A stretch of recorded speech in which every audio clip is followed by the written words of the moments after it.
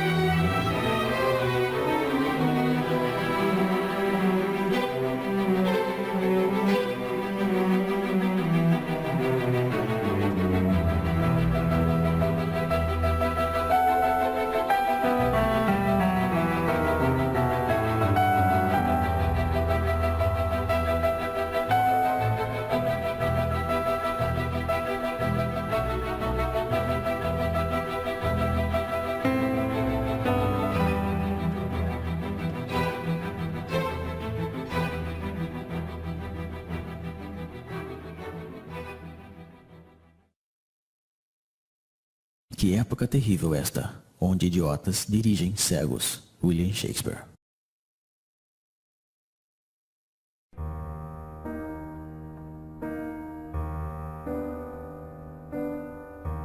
A servidão moderna é uma escravidão voluntária, aceita por esta multidão de escravos que se arrastam pela face da terra. Eles mesmos correm atrás de um trabalho cada vez mais alienante que lhes é dado generosamente se estão suficientemente domados. Eles mesmos escolhem os amos a quem deverão servir. Para que essa tragédia absurda possa ter sucedido, foi preciso tirar desta classe a capacidade de se conscientizar sobre a exploração e a alienação da qual são vítimas. Eis então a estranha modernidade da época atual.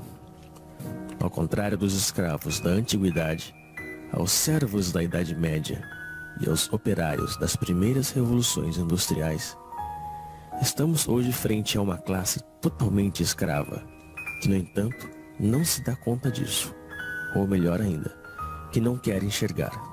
Eles não conhecem a rebelião que deveria ser a única reação legítima dos explorados. Aceitam sem discutir a vida lamentável que foi planificada para eles. A renúncia e a resignação são a fonte de sua desgraça. Eis então o pesadelo dos escravos modernos, que só aspiram a deixar-se levar pela dança macabra do sistema de alienação.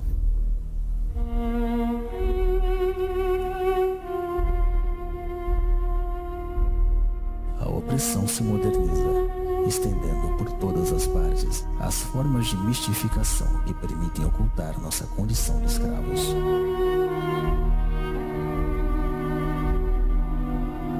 Mostrar a realidade tal qual é na verdade, e não tal como mostra o poder, constitui a mais autêntica subversão.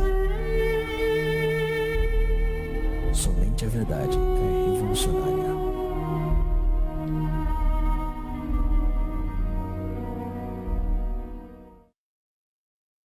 O O urbanismo é a tomada do meio ambiente natural e humano pelo capitalismo, que, ao desenvolver-se em sua lógica de dominação absoluta, refaz a totalidade do espaço como seu próprio cenário. Guy Debord, A Sociedade do Espetáculo.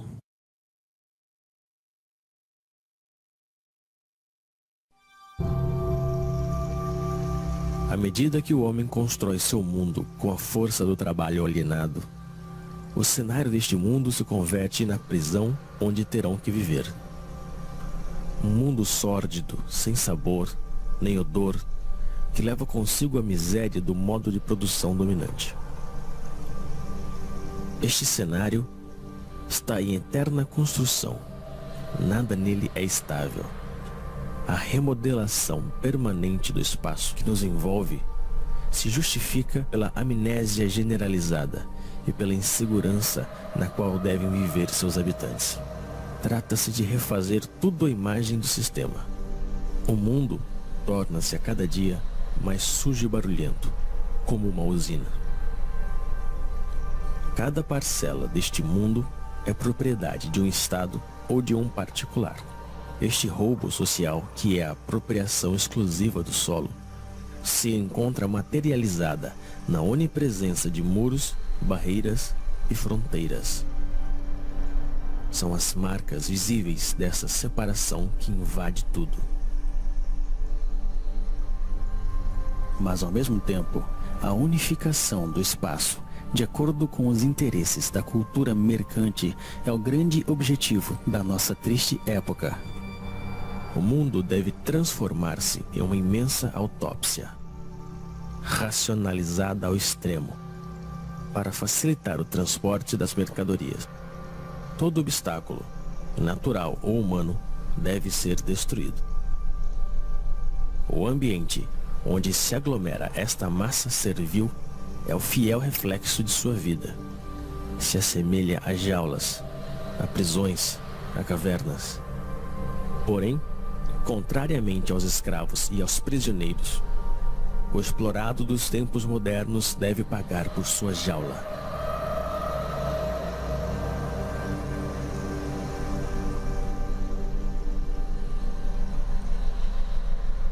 Porque não é o homem, mas o mundo que se tornou uma normal. Anthony Artaud.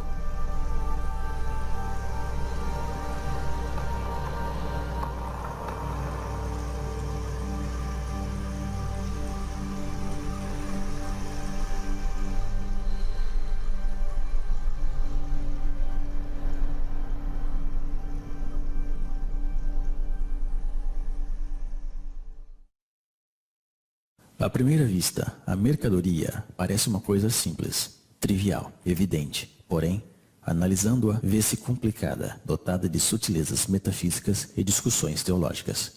O Capital, Karl Marx.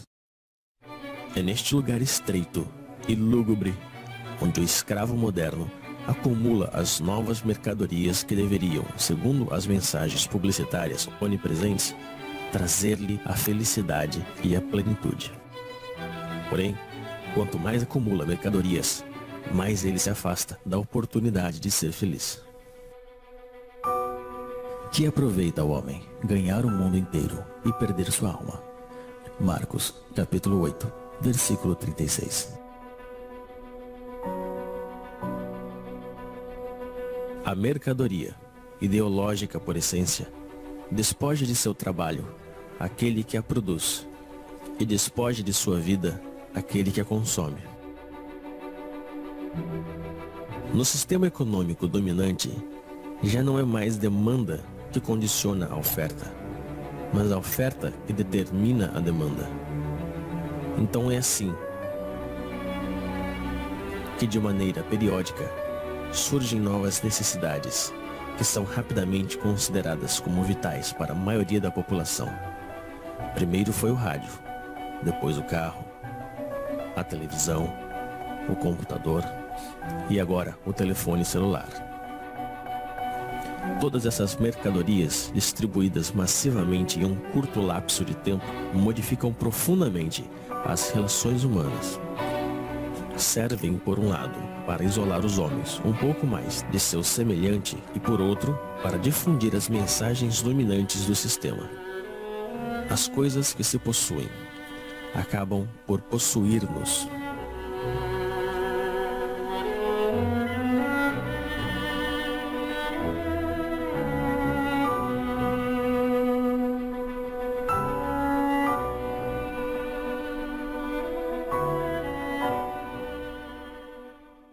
O que vem a ser alimento para um é veneno para outro. Para Celso.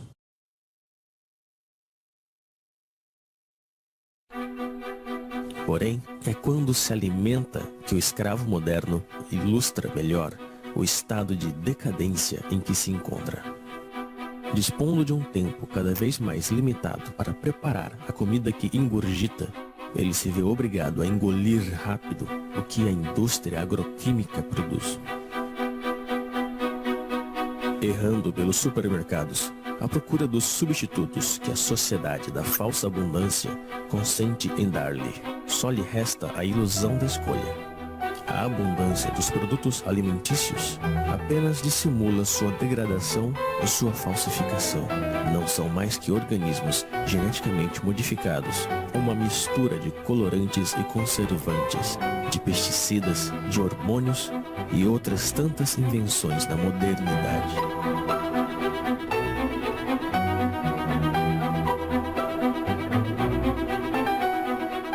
O prazer imediato é a regra de todo modo de alimentação dominante. Também é a regra de todas as formas de consumo. E as consequências que ilustram essa forma de alimentação se veem em todas as partes. Mas é frente à indigência da maioria que o homem ocidental goza de sua posição e de seu consumo frenético. Em vista disso, a miséria está em todos os lados, onde reina a sociedade totalitária mercante. A escassez é o reverso da moeda da falsa abundância. E num sistema que promove a desigualdade como critério de progresso, mesmo se a produção agroquímica é suficiente para alimentar a totalidade da população mundial, a fome nunca deverá desaparecer.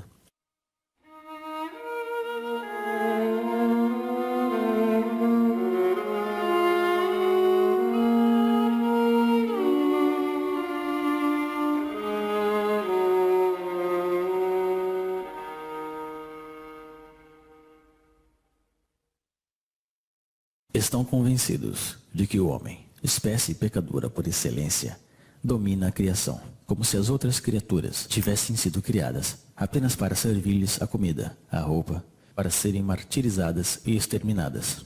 Isaac Bashevis Singer. A outra consequência da falsa abundância alimentícia é a generalização das usinas de concentração e exterminação massiva e bárbara das espécies que servem de alimento aos escravos. Esta é a real essência do modo de produção dominante. A vida e a humanidade não resistem ante o desejo de proveito de certos indivíduos.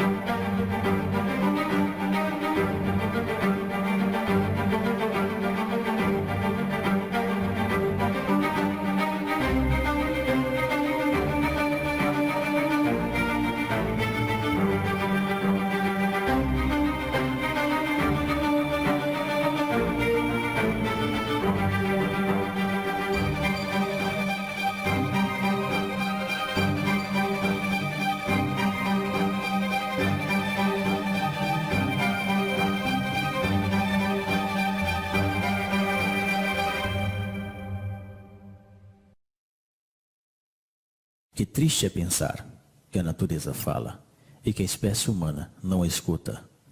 Victor Hugo. É a expoliação dos recursos do planeta, a abundante produção de energia ou de mercadorias, o lixo e os resíduos do consumo ostentoso hipotecam a possibilidade de sobrevivência de nossa Terra e das espécies que nela habitam. Porém, para deixar livre o curso ao capitalismo selvagem, o crescimento econômico nunca deve parar. É preciso produzir e reproduzir ainda mais. E são os mesmos poluidores que se apresentam hoje como salvadores potenciais do planeta. Esses imbecis da indústria do espetáculo, patrocinados pelas empresas multinacionais, tentam convencer-nos de que uma simples mudança em nossos hábitos seria suficiente para salvar o planeta de um desastre. E enquanto nos culpam, continuam poluindo sem cessar nosso meio ambiente e nosso espírito. Essas pobres teses pseudoecológicas são repetidas pelos políticos corruptos em seus slogans publicitários. Porém, nunca propõem uma mudança radical no sistema de produção. Trata-se, como sempre, de mudar alguns detalhes para que tudo fique como antes.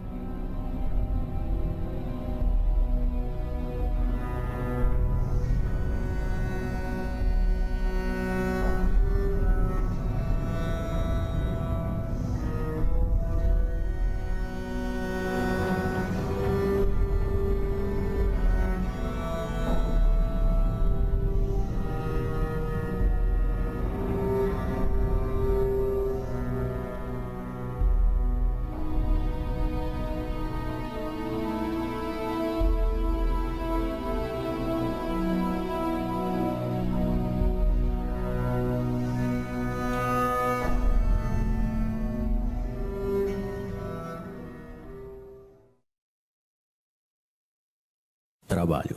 Do latim, tripalium, 3 paus, instrumento de tortura.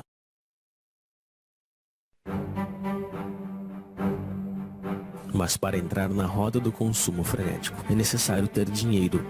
E para conseguir dinheiro, é preciso trabalhar, ou seja, vender-se. O sistema dominante fez do trabalho seu principal valor. E os escravos devem trabalhar mais e mais para pagar a crédito a sua vida miserável. Eles estão esgotados de tanto trabalhar, perdem a maior parte de sua energia e têm que suportar as piores humilhações. Passam toda a sua vida realizando uma atividade extenuante e insidiosa que é proveitosa apenas para alguns. A invenção do desemprego moderno tem como objetivo assustá-los e fazê-los agradecer sem parar a generosidade do poder que se mostra tão generoso com eles. Que fariam sem esta tortura que é o trabalho? E são essas atividades alienantes que são apresentadas como libertadoras. Que mesquinhez e que miséria!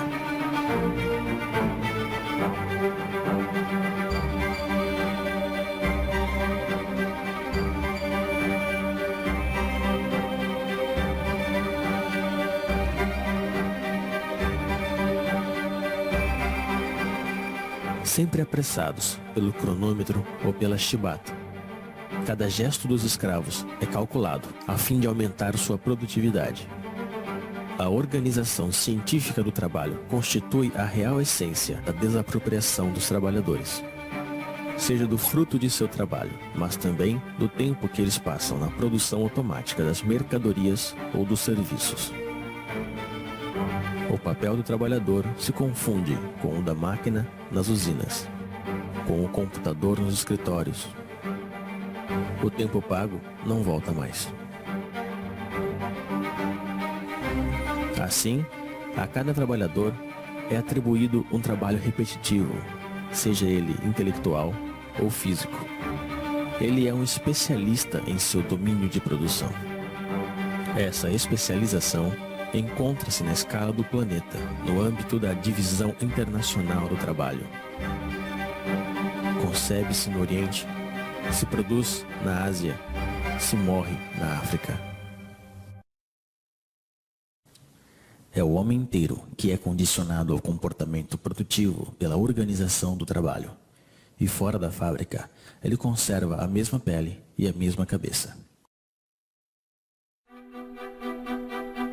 O escravo moderno teria sido capaz de se contentar de sua servidão ao trabalho, mas à medida que o sistema de produção coloniza todos os setores da vida, o dominado perde o seu tempo com lazeres, com diversões e férias organizadas. Em nenhum momento do seu cotidiano ele foge da influência do sistema, que faz parte de cada instante de sua vida. É um escravo a tempo integral.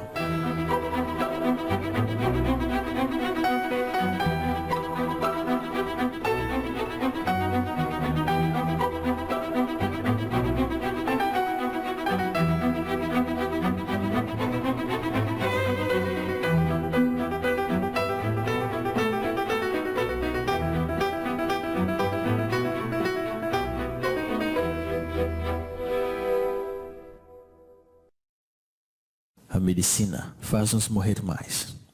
Plutarco.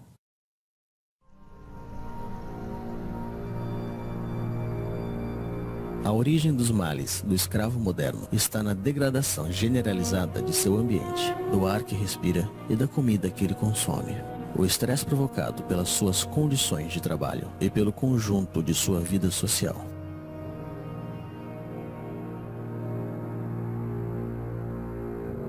Sua condição subserviente é um mal que nunca encontrará remédio.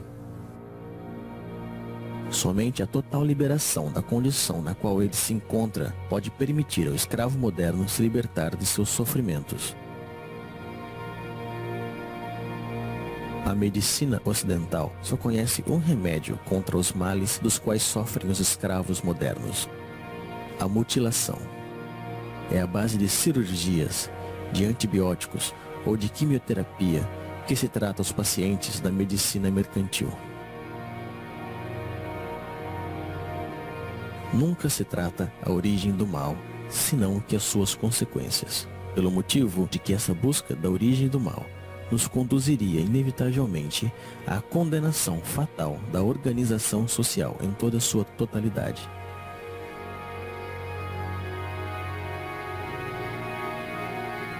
Assim como ele transformou todos os detalhes de nosso mundo em uma simples mercadoria, o sistema atual fez de nosso corpo uma mercadoria, um objeto de estudo e de experiências para seus pseudo-aprendizes de medicina mercantil.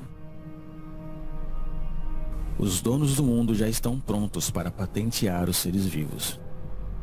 O sequenciamento completo do DNA do genoma humano é o ponto de partida de uma nova estratégia posta em ação pelo poder.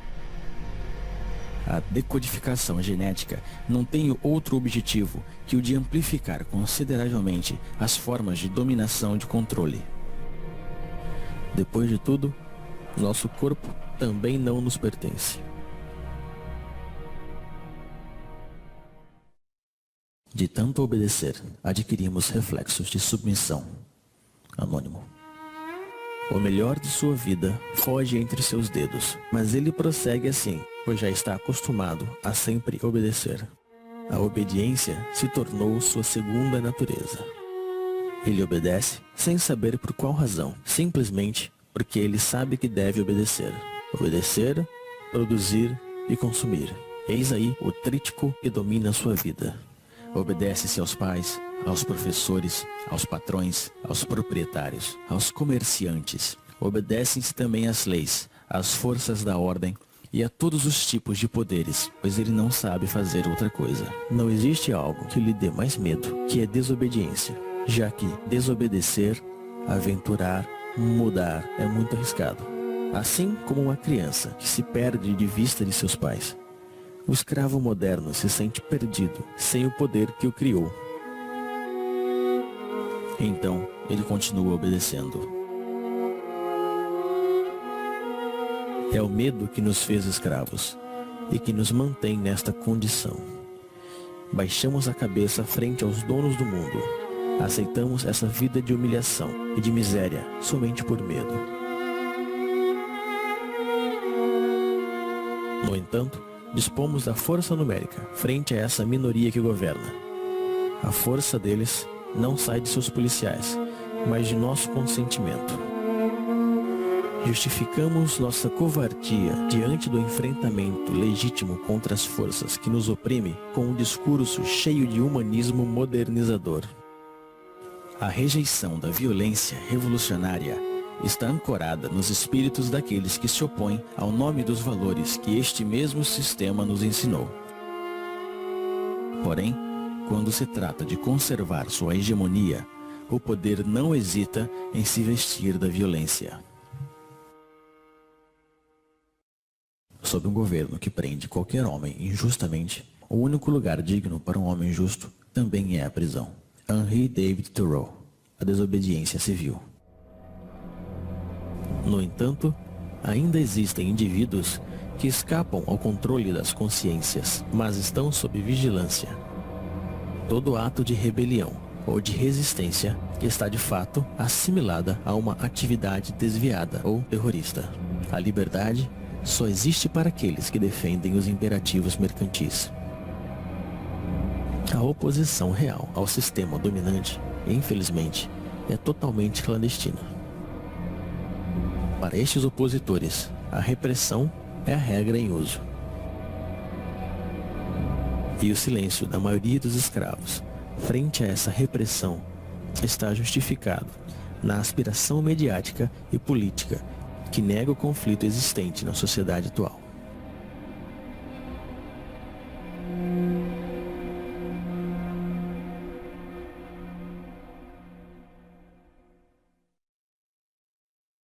O que outrora se fazia por amor a Deus, hoje se faz por amor ao dinheiro, isto é, daquilo que hoje confere o sentimento de poder mais elevado e a boa consciência. Nietzsche, Aurora. Como todos os seres oprimidos da história, o escravo moderno precisa de seu misticismo e de seu Deus para anestesiar o mal que lhe atormenta e o sofrimento que lhe sufoca. Mas esse novo Deus, a quem entregou sua alma, não é nada mais que nada. É um pedaço de papel, um número que tem apenas sentido, porque todo mundo decidiu dar-lhe. É em nome deste novo Deus que ele estuda, que ele trabalha, que ele luta e se vende. É em nome desse novo Deus que ele abandonou seus valores e está disposto a fazer qualquer coisa. Ele acredita que quanto mais tem dinheiro, mais se libertará dos problemas dentro dos quais ele está aprisionado. Como se a possessão andasse de mãos dadas com liberdade. A liberação é uma acesse que provém do domínio de si mesmo, um desejo e uma vontade de atuar. Está no ser e não no ter. Porém, é preciso decidir-se a não mais servir nem obedecer. É preciso também romper com esse hábito, que ao parecer ninguém ousa recriminar. O escravo moderno está convencido de que não existe alternativa na organização do mundo atual. Ele se resignou a esta vida porque pensa que não pode haver outra. E é aí mesmo que se encontra a força da dominação presente. Entreter a ilusão desse sistema que colonizou toda a face da Terra. É o fim da história. Convenceu a classe dominada que adaptar-se à sua ideologia é como adaptar-se ao mundo tal qual se mostra e como sempre foi. Sonhar com outro mundo se tornou um crime, criticado unanimemente pelos meios de comunicação e os poderes públicos. O criminoso, na realidade, é aquele que contribui, consciente ou não, na demência da organização social dominante. Não existe loucura maior que a do sistema atual. E, se não, fica sabendo, ó rei, que não serviremos a teus deuses, nem adoraremos a estátua de ouro que levantaste. Antigo Testamento, Daniel, capítulo 3, versículo 18. Frente à devastação do mundo real, é preciso que o sistema atual colonize a consciência dos escravos. É por isso que no sistema dominante, As forças de repressão são precedidas pela dissuasão, que desde a infância realiza sua obra de formação de escravos. Eles devem esquecer-se de sua condição servil, de sua prisão e de sua vida miserável. Basta olhar esta multidão hipnotizada frente às telas que acompanham sua vida cotidiana.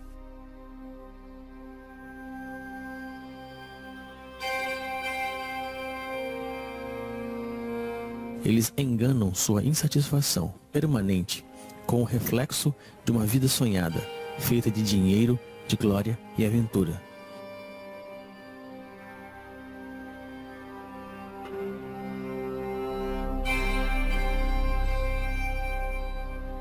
Mas seus sonhos são tão lamentáveis como sua vida miserável. Existem imagens para todos e por todos os lados. Essas imagens levam consigo a mensagem ideológica da sociedade moderna e serve de instrumento de unificação e de propaganda. Vão crescendo à medida que o homem é desapropriado de seu mundo e de sua vida.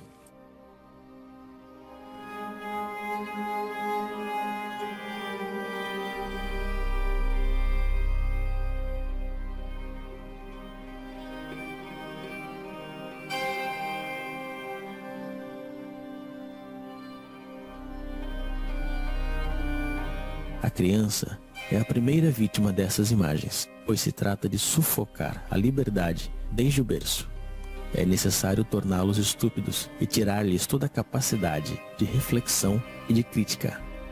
Tudo isso se faz, evidentemente, com a cumplicidade desconcertante dos pais, que não buscam sequer resistir frente à força imponente de todos os meios modernos de comunicação. Eles mesmos compram todas as mercadorias necessárias para escravizar sua progenitura. Desapropriam-se da educação de seus filhos e deixam que o sistema alienador e medíocre se encarregue dela.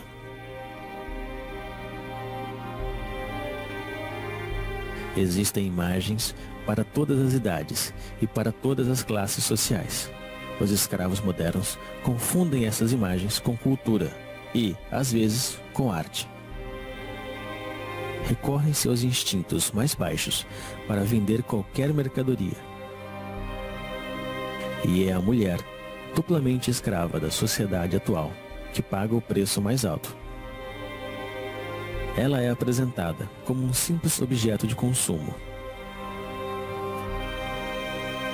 A revolta também foi transformada em uma imagem que se vende para melhor destruir seu potencial subversivo. A imagem ainda é, até hoje, a forma de comunicação mais direta e mais eficaz. Ela cria modelos, aliena as massas, mente e promove frustrações.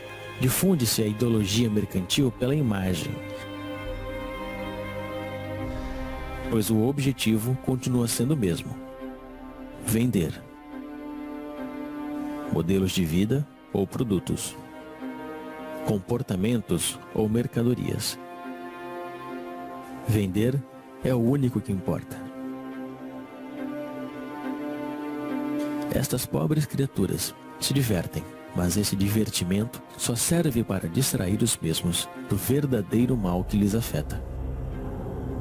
Deixaram que fizessem de suas vidas qualquer coisa e fingem sentir-se orgulhosos por isso. Tentam transmitir uma satisfação, mas ninguém acredita.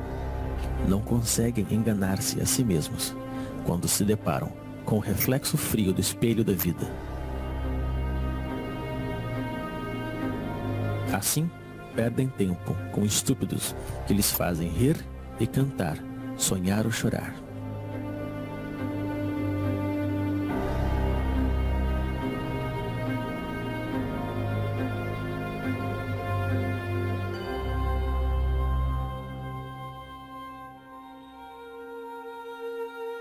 Através do esporte mediatizado, se representa o êxito e o fracasso, os esforços e as vitórias que os escravos modernos deixaram de viver em seu cotidiano. Sua insatisfação lhe incita a viver por procuração frente ao aparelho de televisão.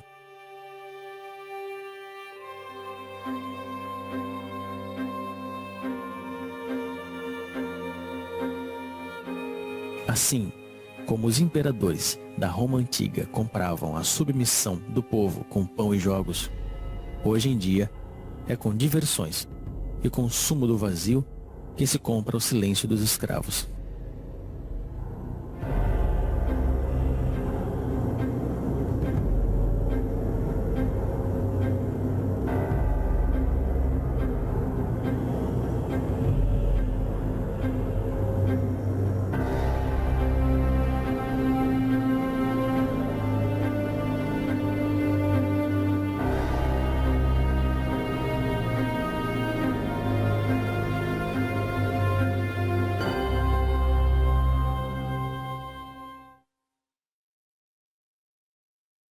Nós acreditamos que dominamos as palavras, mas são as palavras que nos dominam. Alan Ray. O controle das consciências passa essencialmente pela utilização viciada da linguagem utilizada pela classe economicamente e socialmente dominante. Sendo o detentor de todos os meios de comunicação, o poder difunde a ideologia mercantil através da definição petrificada, parcial e falsa que ele dá das palavras. As palavras são apresentadas como neutras e sua definição como evidente. Porém, estando sob controle do poder, a linguagem designa sempre algo muito diferente da vida real. É, antes de tudo, uma linguagem de resignação e impotência, a linguagem da aceitação passiva das coisas tais como são e tais como devem permanecer. As palavras trabalham por conta da organização dominante da vida, e o fato mesmo de utilizar a linguagem do poder nos condena à impotência. O problema da linguagem está no centro da luta pela emancipação humana. Não é uma forma de dominação que se junta às outras, mas o coração do mesmo projeto de submissão do sistema mercantil totalitário.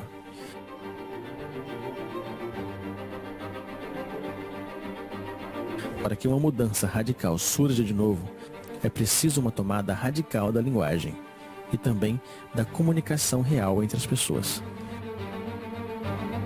É nisso que o projeto revolucionário se une ao projeto poético. Na efervescência popular, a palavra é tomada e reinventada por grupos extensos.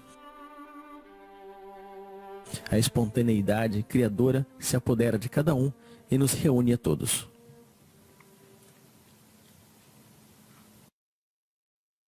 Votar é abdicar.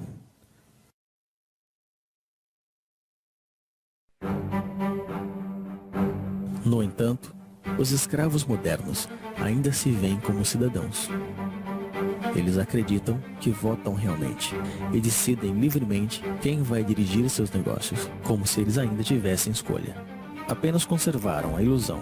Vocês acreditam que ainda existe uma diferença fundamental quanto à escolha da sociedade na qual nós queremos viver entre o Partido Socialista e a direita populista da França, entre os democratas e os republicanos dos Estados Unidos, entre os trabalhistas e conservadores do Reino Unido? Não existe oposição, pois os partidos políticos dominantes estão de acordo sobre o essencial, que é a conservação da atual sociedade mercantil. Não existem partidos políticos susceptíveis de chegar ao poder que duvidem do dogma do mercado. E são com esses partidos que a cumplicidade mediática monopoliza as aparências. Discutem por pequenos detalhes, esperando que tudo fique onde está. Brigam por saber quem ocupará os lugares oferecidos pelo parlamentarismo mercantil. Estas estúpidas briguinhas são difundidas pelos meios na intenção de ocultar um verdadeiro debate sobre a escolha da sociedade na qual desejamos viver.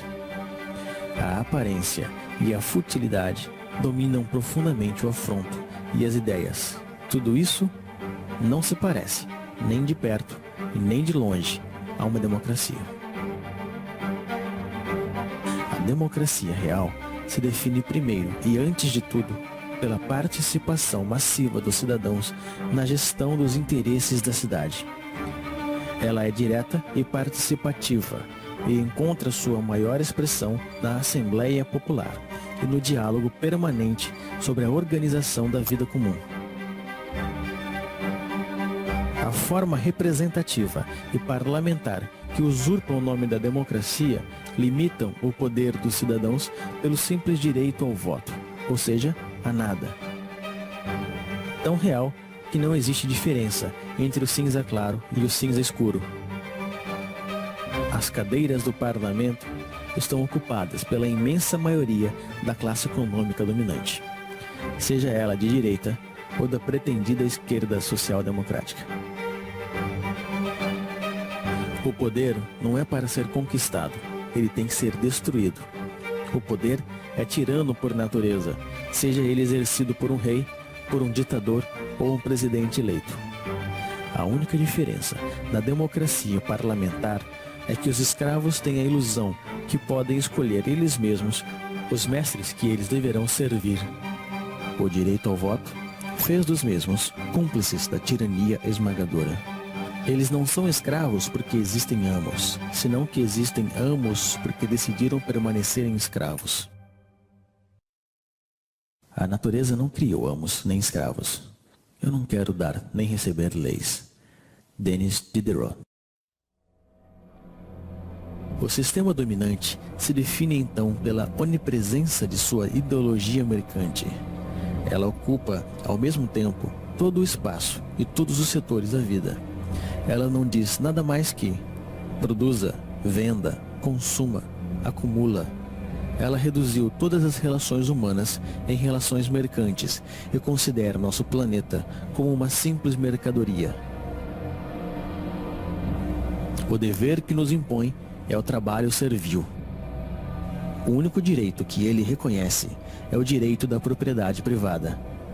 O único Deus que ele adora é o dinheiro. O monopólio da aparência é total. Somente aparecem os homens e os discursos favoráveis na ideologia dominante. A crítica deste mundo está afogada no mar midiático que determina o que é bem ou mal, e o que se pode ver ou não.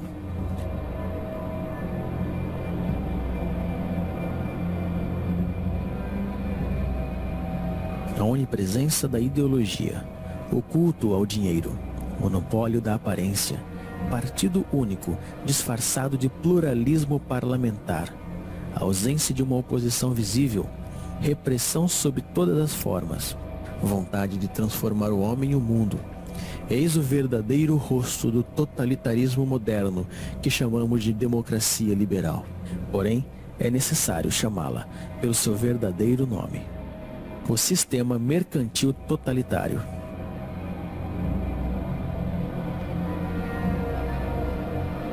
O homem, a sociedade e o conjunto de nosso planeta estão a serviço desta ideologia. O sistema mercantil totalitário realizou o que nenhum totalitarismo conseguiu fazer antes: unificar o mundo à sua imagem. Hoje, já não existe exílio possível.